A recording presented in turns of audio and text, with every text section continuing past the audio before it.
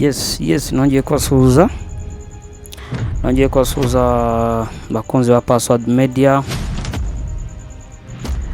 Nkubwira nimba utarakora subscribe kuri Password Media, hari byinshi bizajya bigucika inshuro nyinshi. Kuyo gukora subscribe tukagendana kuri Password Media,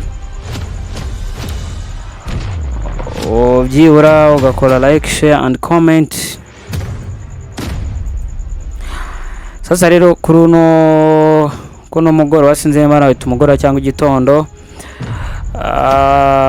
ku mbuga nkoranyambaga hiriweho cyangwa se hariho indirimbo nshyashya. Hari indirimbo nshyashya y'umuntu bita Yampano, indirimbo bita Mamayi. Abatangaho rero mu minsi ishize nigeze kubona profile ya Yampano ihinduka. Yarahindutse hajyaho First Lady. Sinzi impamvu aba yabishyizeho, ariko ni challenge. Uno muhanzi Yampano aba ari challenge. Ewana dukubita boro za danger. Niyo muhanzi wa mbere nabonye ushobora kuba akunda, niyo muntu wa mbere nabonye ukunda ikintu bita career. Akunda career arimo Ewana, akanda yana supporting. Rero ino ndirimbo bita Mamayi. Sha kabisa. Ino ndirimbo irarenze bya hatari, ahantu irengeye nkuko ngende umugafa ndabibona, mba mbizi. Byanga bikunda hagati ahangaha director abatekereje kabiri. Indirimbo rero iri kuri YouTube ya Yampano. Indirimbo imaje kuzuza amasaha 7:19. Uyu muhanzi rero mu minsi yari ishize yigize performinga mu gitaramo cya The Ben.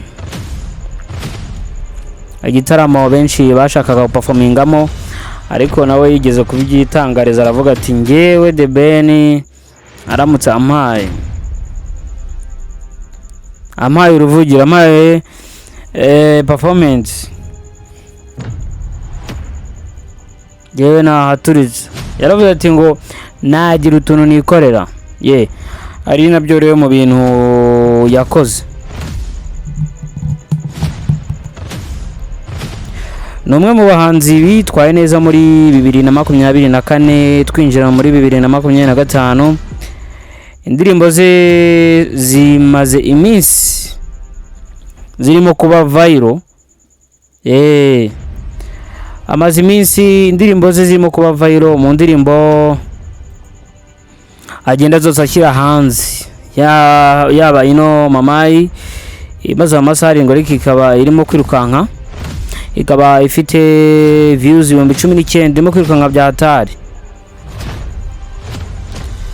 Nyuma y'ino ndirimbo harimo indirimbo bita Abarame Yampano Green P. Ni indirimbo zituje. Indirimbo yikurikira bita Simpari, yafatanyemo na Fireman. Indirimbo zimaje kugera ku baturarwanda batari bakeya, bamaje kwireba ari benshi. Ino ndirimbo bita Simpari yo ifite 220,000, imaze ibyumweru 4. Ino bita Abarame yo ifite, ari nayo iri imbere ya Simpari, ifite 139. Bigaragaza yuko rero ku rukuta rwa YouTube iyi ndirimbo bita Simpari ariyo irimo kwirusha watch time, ndetse na ubwo watch time na amasaha yamaze kurebwa, irimo kwirusha na views. Rero Yampano amaze imyaka 3 mu muziki. Indirimbo ya mbere yahereyeho ni indirimbo bita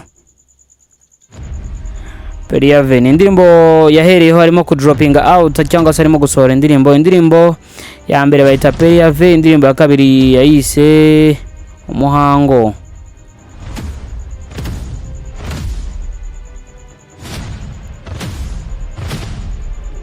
no muhango wo gusinya ubwo nimo bishaka tuzamuhamagara tubaye tumuze ngo uno muhango wo gusinya no muhango wo gusinya icyo gihe hari habaye iki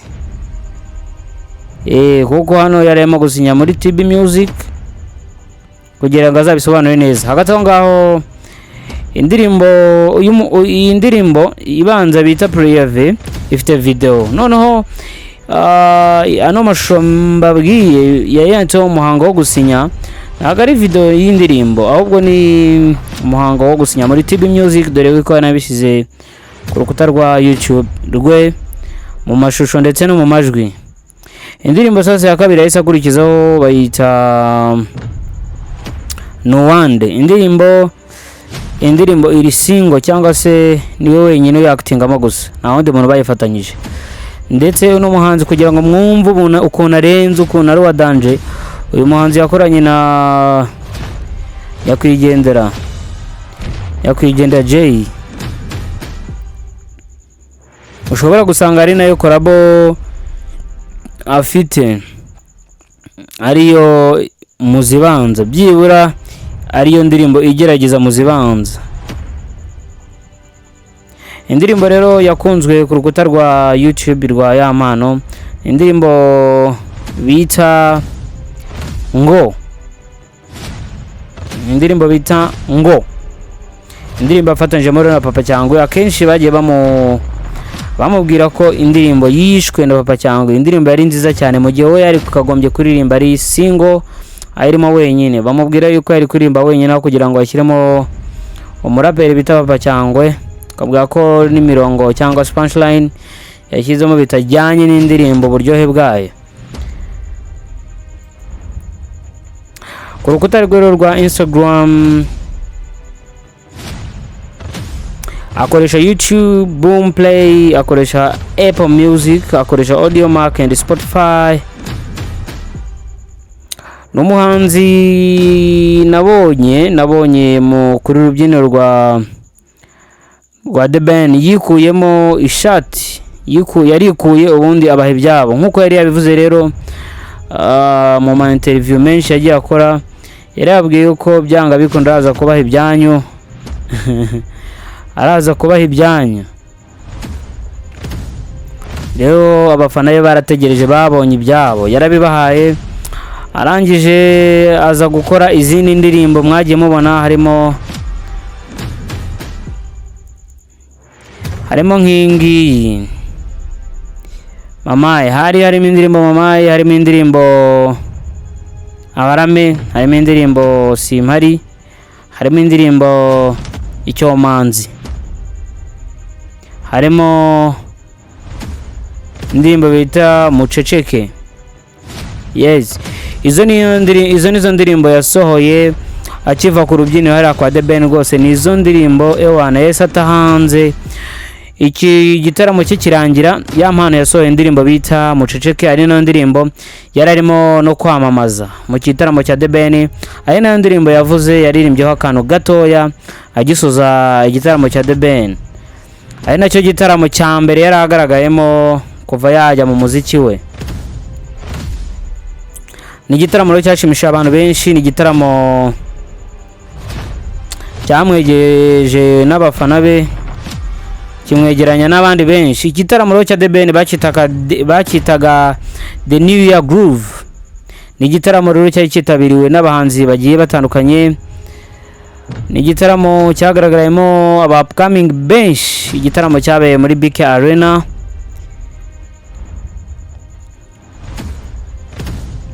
ni igitaramo cyabaye ku itariki ya mbere y'ukwezi kwa mbere 2025 muri uno mwaka turimo. Cyatangiye isaha ya saa 10.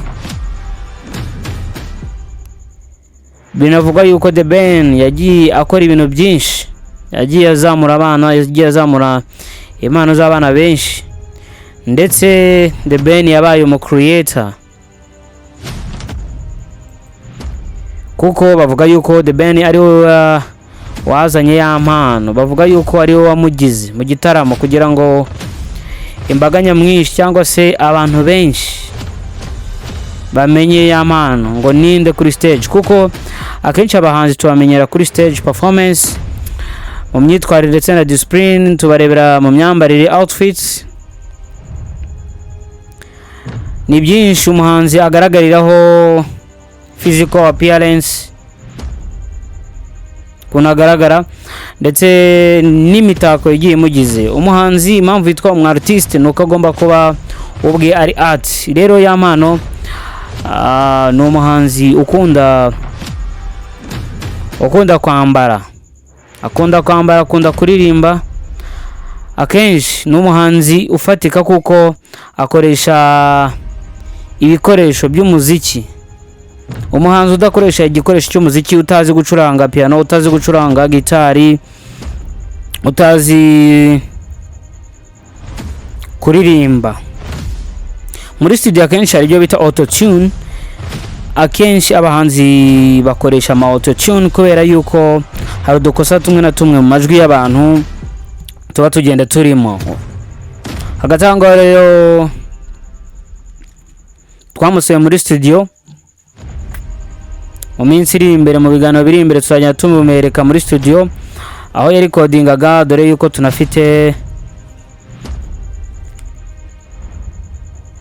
dufite amashusho ari muri studio. Ibanga ririmo aho ngaho hafi rero nuko njyewe ari njye muntu wa mbere ufite video ye akiza mu muziki bwa mbere, akirimo composinga indirimbo ya mbere. Nzayibereka mu minsi iri imbere, mu biganiro biri imbere. Ahubwo ndagushishikariza gukora subscribe kugira ngo ukomeze ukurikirane ibiganiro bya Password Media kugira ngo tugendane 5 kwa 5. Hari benshi bagiye bambwira bati se Password yararagiye ko utakiduha ibiganiro by'umuziki. Uyu munsi rero natangiriye kuri ya mpano, mukomeze muze muri benshi. Ndabashishikariza kuza gukora subscribe, like, share and comment. Umuvuno ni Password Media. Dukomeza kugenda turajya dutumira abahanzi benshi. Ndakeka mwarabonye n'ama top 10, twakoze top 10 mu cyumweru gishize. Top 10 y'icyumweru, top 10 y'umwaka, indirimbo 100 z'umwaka. Rero ntago twabibagiye namwe afana bacu. Ndashaka kujya mbabwire yuko n'ikintu nabwiye kuri ya mpano ni umuhungu wahuye na struggle nyinshi, ko ma interview yagiye avuga nyinshi cyane. Nanone ya mpano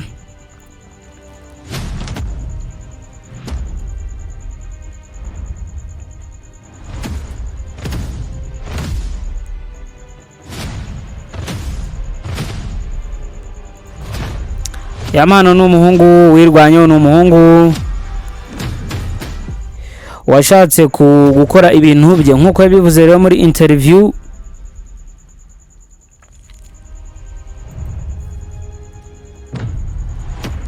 Yavuze yuko we ashaka kwigira, ntago ashaka umuntu umuvangira. Yamano ni umuhanzi umwe umaze kwamamara muri muzika nyarwanda. Amazina ye bwite ni Florier uwo rizagwira, akaba yaravutse mu 2000 nkuko nayabwiye muri video heruka. Avukira mu karere ka Nyamasheke mu ntara y'uburengerazuba bw'u Rwanda nkuko tubikesha ibinyamakuru The New Times.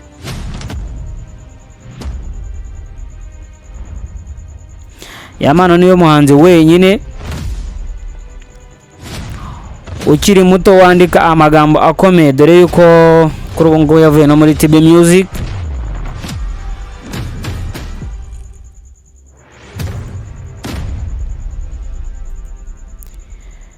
Niwe muntu ujya wandika ngakanyura The Ben mu bahanzi bose bagiye baririmba muri no minsi yaje mu mbese mu upcoming. Yamano rero yakoranye n'abahanzi benshi harimo Ivan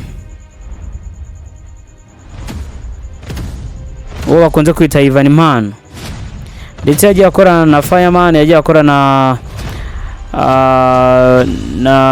na Green P, yagiye akorana na J Paul nyakwigendera. yagiye akorana ni benshi nuko amenshi yagiye asohorana amasingo cyangwa se yagiye asohora indirimbo ziri singo. Afite album bita Inkomyi, ariyo album navuga ko ariyo yari ya mbere. Yamano yavuzweho byinshi, Yamano bari baranze ngo kumuha ama interview. Niyo makuru dukesha entertainment mu gihugu cyacu hano cy'u Rwanda. Ariko nanone Yamano akavuga yuko umunsi utari wakageze kugira ngo yerekane icyo ashoboye. Ni bimwe rero mu byo yivugira, avuga yuko igihe cye rero kigeze kugira ngo ashining, dore ko adahwema gusohora indirimbo byibura mu kwezi mo kabiri.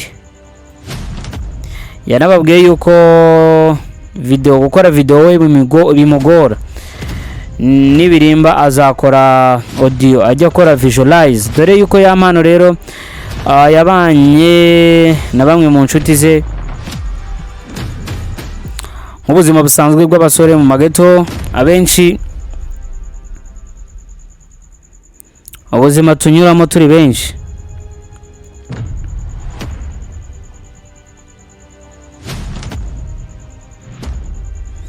Yamano rero kuri album ye yasohoye mu mwaka ushize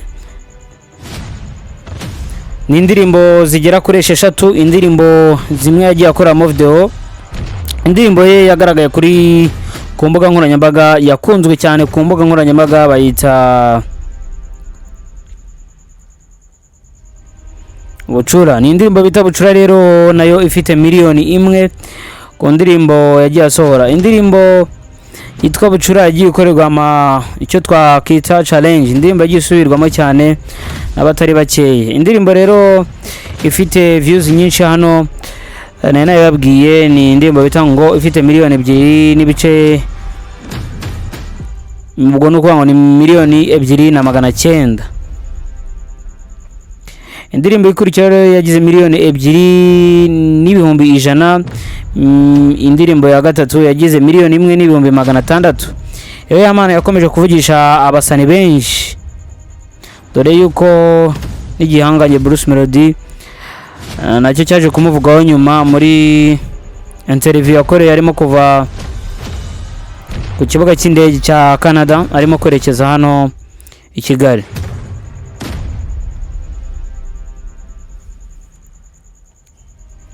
Yamano yagiye ahura n'ibizazane byinshi, dore ko muri interview agenda yivugira yuko bamubeshye yuko yigizwe no kuviora, ubwo no gufata ku ngufu. Yamano wamwibazaho byinshi, ariko nanone mu magambo yagiye yitangariza nuko yavuze yuko yanafunzweho. Nkajya bavuga ati umugabo utarafungwa ari ikintu kiba kibura, agaca umugani ati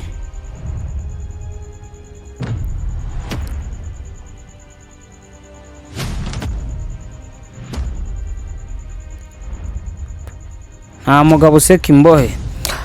Rero ni byinshi Yamano yagiye akora,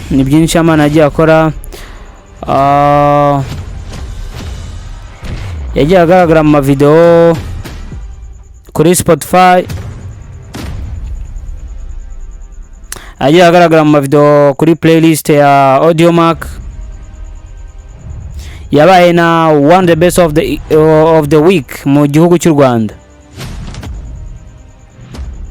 yabaye one of the best of the week mu gihugu cy'u Rwanda ku itariki 25 z'ukwezi kwa mbere uno mwaka turimo. Byinshi rero mutari muzi ndagenda mbibabwira.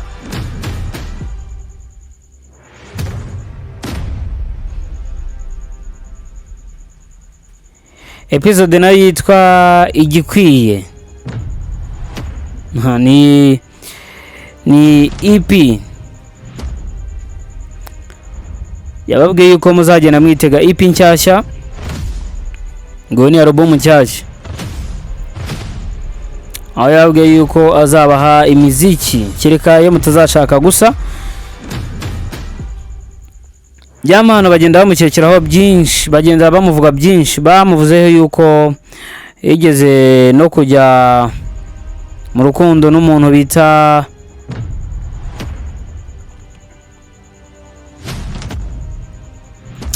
Semuhungu, banakeka yuko ashobora kuba ari umutinganyi, ariko we yabyihakaniye ku rubuga rwa Twitter avuga yuko ari umunyarwanda kandi adatatira ubugabo bwe.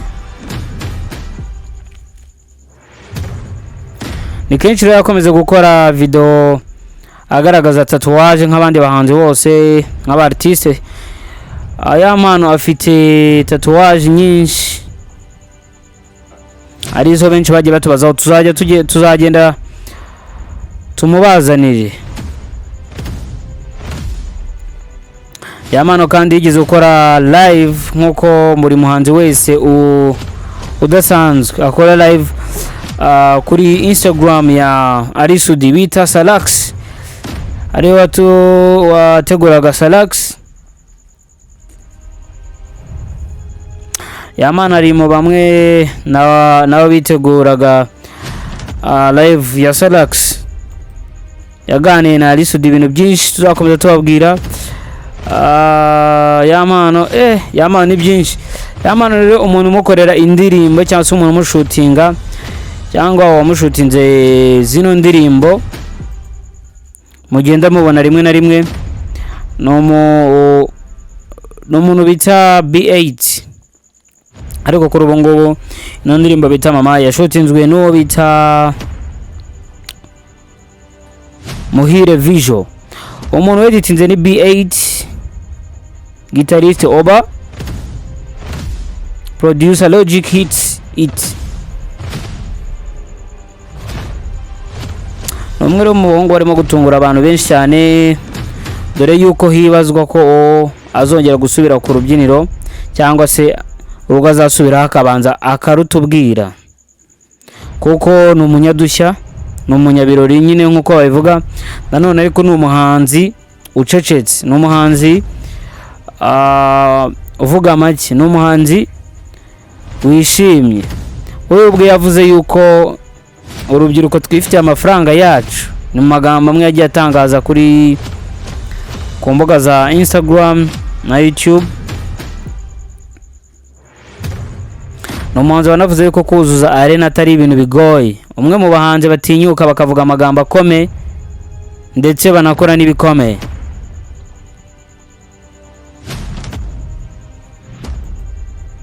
Abenshi batekerezaga yuko ino ndirimbo Mama ikisobanuye, nubwo atarasobanura byinshi, ariko uno muhanzi Yamano ino ndirimbo bivuga yuko ayisohoreye The Ben. Yavuze yuko yayisohoreye Bruce Melody, ko ari we bafitanye udukomantere tutari twiza ndetse no mu nshuti, aho yavuze yuko atamusabwa cyangwa se atamuzi.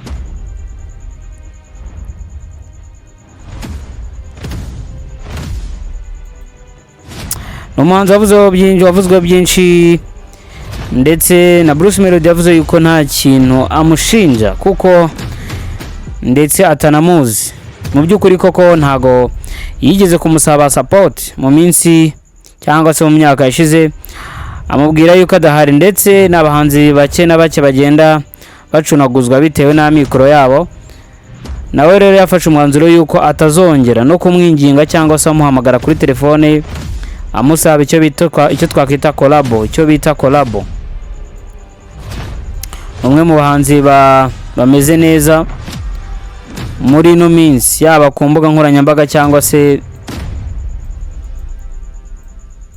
mu bitaramo. Harebazwa rero byinshi, ikiganiro nakagaruka turashaka kuzamutumira tukumva bimwe mu byo avuga ndetse namwe mukagira icyo mumwibariza. Ndagushishikariza gukora subscribe, ntugende utayikoze, like, share and comment. Ikiganiro nakagaruka turi kumwe na Yamano kuri mikoro, muri kumwe na Password Idi Black tukana mucenga rapfungiga amarira nyita password professional gafa.